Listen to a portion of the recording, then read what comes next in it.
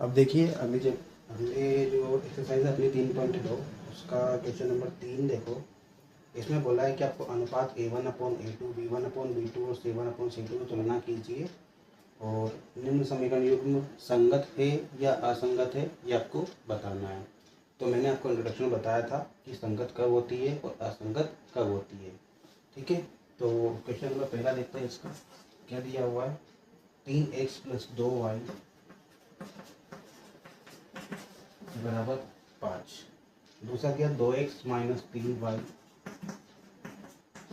बराबर 7। ये क्वेश्चन आपको दिया हुआ है। ठीक है, तो आप सबसे पहले A1 A2 B1 B2 ये निकाल लो। A1 क्या दिया हुआ है 3, B1 क्या दिया हुआ है 2 और C1 कितना दिया हुआ है 5।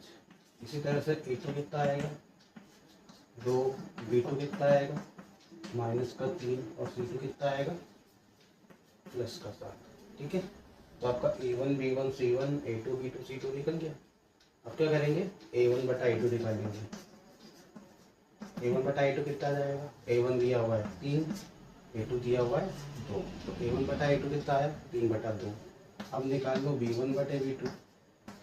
B1/B2 निकालेंगे तो 2/-3। देखो A1/A2 तुम्हारा 3/2 आया है, B1/B2 तुम्हारा 2/-3 आया। दोनों वैल्यू बराबर आई क्या।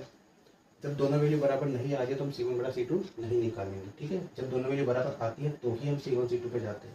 अब यहाँ दोनों वैल्यू बराबर नहीं है तो कंडीशन क्या लगेगी तुम्हारी, A1/A2 बराबर नहीं है B1/B2 के। तो इसका सोल्यूशन क्या होता है, इसका एक अद्वितीय हल आता है। ठीक है, और जब मैंने बताया था कि संगत असंगत के लिए तुम्हारा एक आंसर या एक सॉल्यूशन आना ज़रूरी होता है। इसका सॉल्यूशन पॉसिबल है, आप बोल रहे हो कि इसका एक अद्वितीय हल है, यानी इसका सॉल्यूशन तो है। सॉल्यूशन है तो ये क्या हो जाएगा संगत, ये क्या हो जाएगा संगत हो जाएगा तुम्हारा। ठीक है, क्वेश्चन नंबर पहला जो है वो क्या हो जाएगा संगत। पहली कंडीशन तो ये जिसमें संगत होता है। इसके अलावा अगले क्वेश्चन देखेंगे अपन कि कौन सी कंडीशन पे वो असंगत होता है। तो क्वेश्चन नंबर 2